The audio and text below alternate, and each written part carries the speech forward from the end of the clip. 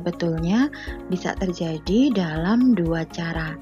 Yang pertama, cara vegetatif, dan yang kedua, secara generatif. Hampir sama dengan pada tumbuhan, cara vegetatif berarti cara tanpa proses perkawinan, sedangkan cara generatif berarti ada proses perkawinan. Untuk pembelajaran kali ini, kita akan lebih fokus pada cara perkembangbiakan hewan secara generatif. Perkembangbiakan generatif hewan merupakan perkembangbiakan yang terjadi karena bersatunya sel kelamin jantan atau spermatozoid dan sel kelamin betina atau ovum. Perkembangbiakan generatif hewan sendiri dibedakan menjadi 3, yaitu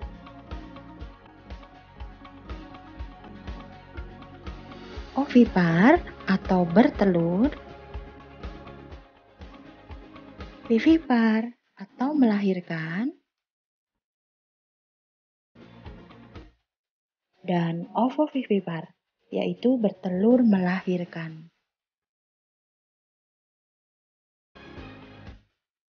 Perkembangbiakan secara ovipar berarti perkembangbiakan hewan dengan cara bertelur. Nah, ada beberapa ciri-ciri hewan yang berkembang biak dengan cara ovipar. Yang pertama, tidak memiliki kelenjar susu. Yang kedua, tidak memiliki daun telinga. Dan yang ketiga, telur berada di luar induknya. Contoh hewan ovipar antara lain jenis burung, ikan, reptilia, serangga, dan amfibi.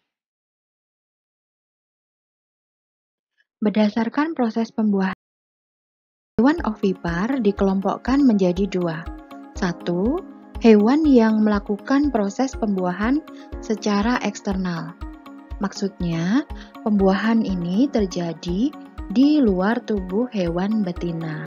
Contoh hewannya antara lain ikan dan amfibi. Yang kedua, hewan yang melakukan proses pembuahan secara internal.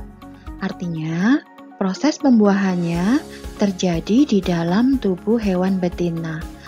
Beberapa contoh hewan yang melakukan proses pembuahan secara internal antara lain burung dan serangga.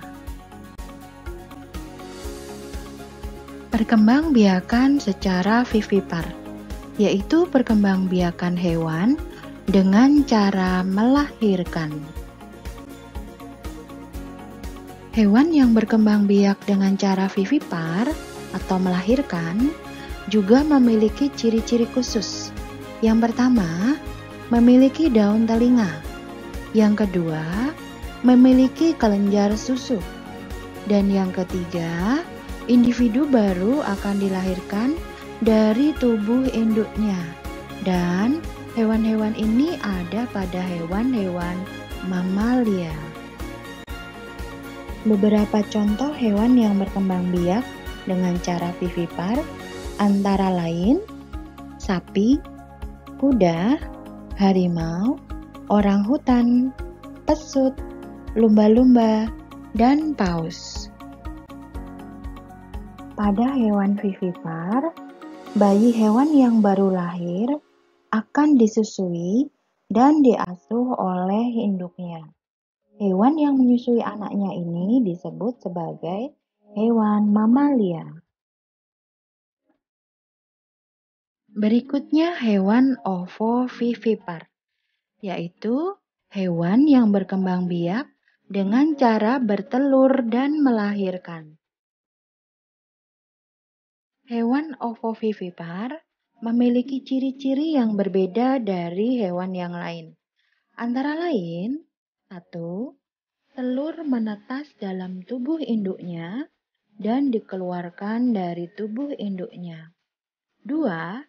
Tidak memiliki rahim. 3. Embrio tumbuh dan berkembang dalam telur yang berada dalam tubuh induknya. Contoh hewan yang berkembang biak dengan cara ovovivipar antara lain platypus, ikan pari, hiu macan, cucut pasir, kuda laut, beberapa jenis kadal, dan beberapa jenis ular. Oke anak-anak, kita akan lanjutkan ke materi berikutnya, yaitu materi pelestarian hewan. Hewan sendiri bisa dilestarikan dengan dua cara, yaitu pelestarian secara in situ dan pelestarian secara ex situ. Pelestarian secara in situ yaitu pelestarian yang dilakukan pada habitat asli hewan atau tumbuhan tersebut berada. Contohnya, suaka margasatwa, hutan lindung, dan taman nasional. Jadi, hewan atau tumbuhan tidak dipindahkan keluar habitat aslinya. Pelestarian secara ex situ adalah pelestarian yang dilakukan di luar habitat aslinya. Contoh pelestarian ex situ antara lain pelestarian di kebun botani, taman safari, kebun binatang, dan pusat penangkaran. Nah, inilah contoh tempat-tempat pelestarian secara in situ, antara lain suaka margasatwa, hutan lindung, taman nasional, dan cagar alam.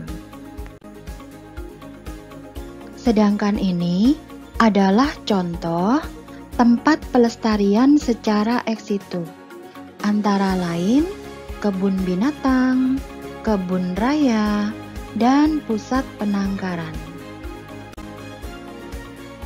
Nah, anak-anak, untuk semakin memahami materi pembelajaran kali ini, kita akan mencoba beberapa latihan berikut ini. Siapkan ya bukumu. Yang pertama, anak-anak akan berlatih dari buku tematik Erlangga 6A, halaman 52, nomor 1 dan 2. Begini caranya. Nanti, anak-anak diminta menjelaskan cara perkembangbiakan hewan. Yang pertama, kanguru.